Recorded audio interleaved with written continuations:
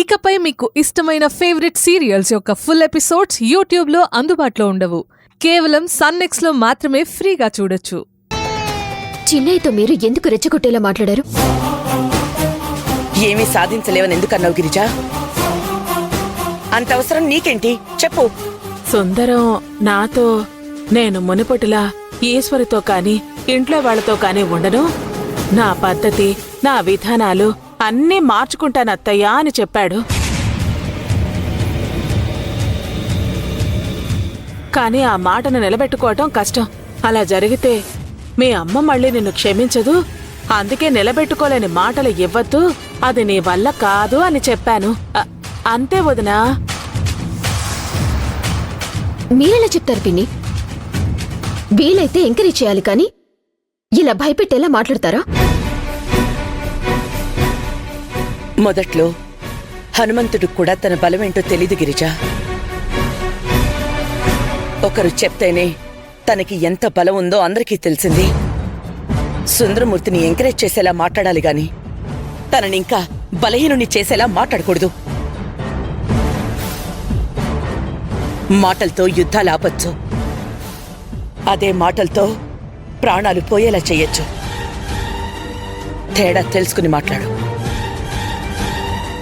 అయ్యో వదిన, మీరు నన్ను అపార్థం చేసుకున్నారు. ఎక్కడ మీ తల్లి కొడుకులు మళ్లీ దూరం అవుతారోనన్న భయంతో అలా అన్నానే తప్ప మన సుందరాన్ని తక్కువ చేయాలని కాదు.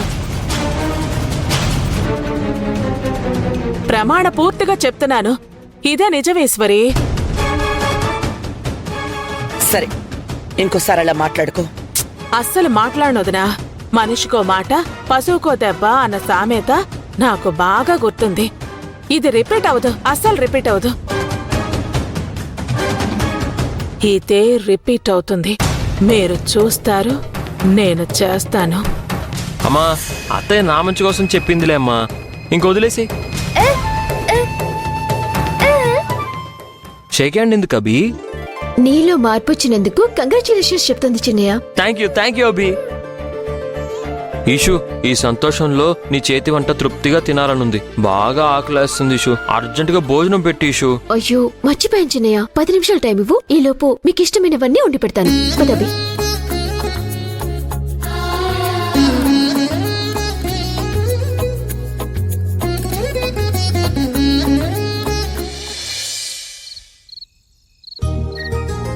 ఈషు, తొందరగా రా.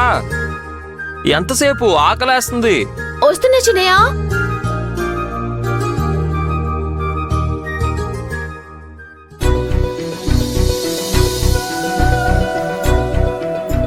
ఆహా, స్మెల్ అద్భుతంగా ఉంది ఈషు, త్వరగా పెట్టు.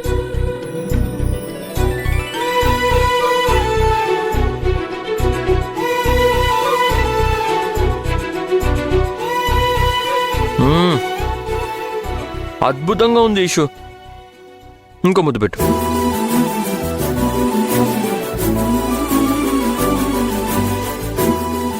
చిన్నగానే పెట్టమ్మా. చూసావా చిన్నయ్య, నేను చెప్పినట్టు వింటే ఏం జరిగిందో? అవునీషు, అమ్మ మళ్ళీ నాతో మాట్లాడింది.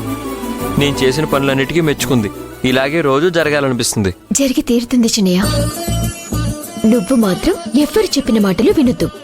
అమ్మో, ఇంకొండుకుంటాను నీషు. ఇప్పుడు నేను పిచ్చోని కాదు కదా, నేనిప్పుడు బాగా తెలివివాళ్ళని. కరెక్ట్ చిన్నయ్య. నువ్వు కూడా తినీషు. నాకొద్దు చిన్నయ్య, నువ్వు తింటే నేను తిన్నట్టు చిన్నయ్య. అయినా ఈ రోజు నీ ప్రవర్తన చూశాక నా కడుపు నిండిపోయింది, ఆకలి కలేదు. అవునా?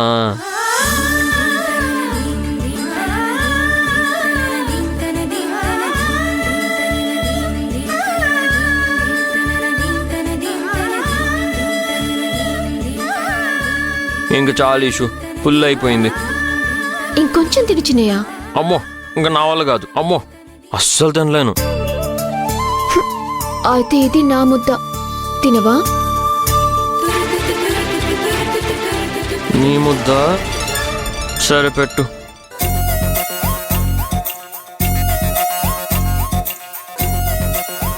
ఇంక చాలు. అవునా? అవును. మరి ఇది అత్తయ్య ముద్ద కదా?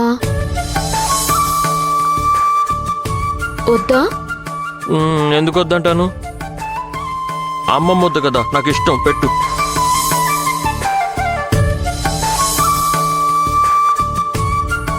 వెరీ గుడ్ చిన్నయ్య, మొత్తం అయిపోయింది.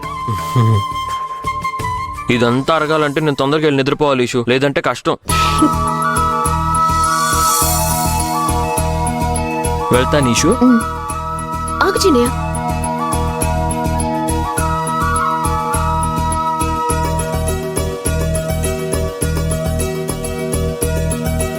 చిన్నప్పుడు సుందరానికి నేను ఇలాగే గోరుముద్దలు తినిపించాను.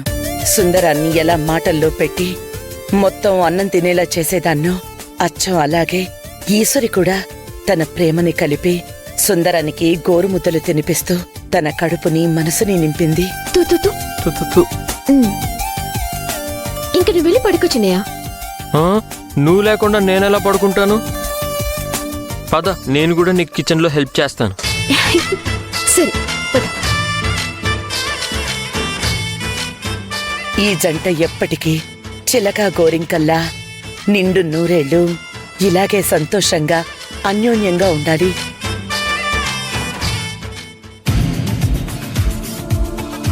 మొన్నటి వరకు ఏం చెప్పినా గంగిరెత్తులా తలూపే సుందరం ఇప్పుడు ఎంత తెలివిగా ఇరికించాలని చూసినా, ఎంత పద్ధతిగా మన గ్రిప్లోకి తెచ్చుకోవాలని చూసినా అస్సలు మాట వినటం లేదు. ఇదంతా ఆ ఈశ్వరి ట్రైనింగ్. ముందు దాని అంతు చూస్తే కాని ఇంక ఈ ఇంట్లో మన ఆటలు చల్లవని నాకర్థమవుతోంది.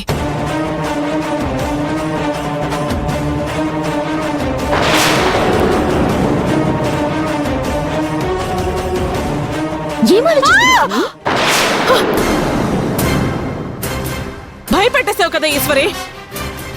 అందుకే వచ్చాను పిన్ని. నేను భయపడే రకాన్ని కాదు. కానీ నేను భయపెట్టే రకమే.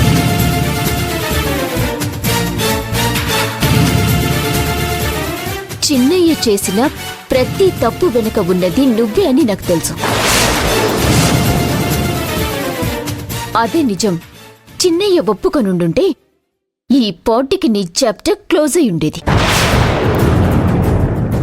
ఈ పాటికి ఈ ఇంట్లో నుంచి నిన్ను మెడపట్టుకొని బయటికి గెంటేసేదాన్ని. చిన్నయ్య తప్పుల వెనుక ఉన్నది నువ్వేనని తెలిసినా కూడా నేను ఎందుకు వదిలేశానో తెలుసా? ఇప్పుడైనా మారుతావని మరొక ఛాన్స్ ఇచ్చాను.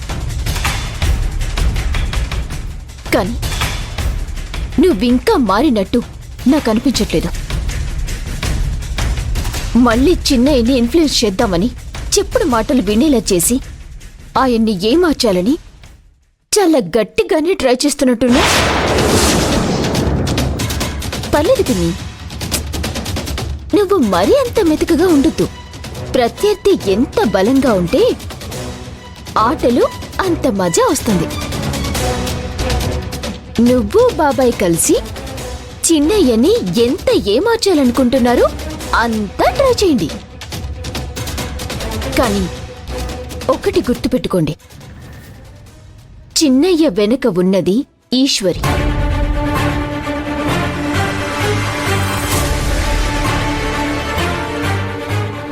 ఇప్పుడు నా చిన్నయ్య ఏం చెప్పినా నమ్మేంత అమాయకుడు కాదు. ఈ ఈశ్వరి పదును పెట్టిన వజ్రాయుధం. దాన్ని మీ మీదే ప్రయోగించబోతున్నాను. మీరు ప్రత్యర్థికి చెప్పకుండా వాళ్ల మీద కుట్రలు పన్నుతున్నారు. కాని నేను ముందుగా మీకు చెప్పి మరీ వజ్రాయుధాన్ని మీ మీదకి వదులుతున్నాను. నువ్వు వెన్నుపోటు పడవాలని చూసావు. నేను శంఖం మోగించి యుద్ధం ప్రకటిస్తున్నాను. గెలుపెవరితో చూసుకుందాం.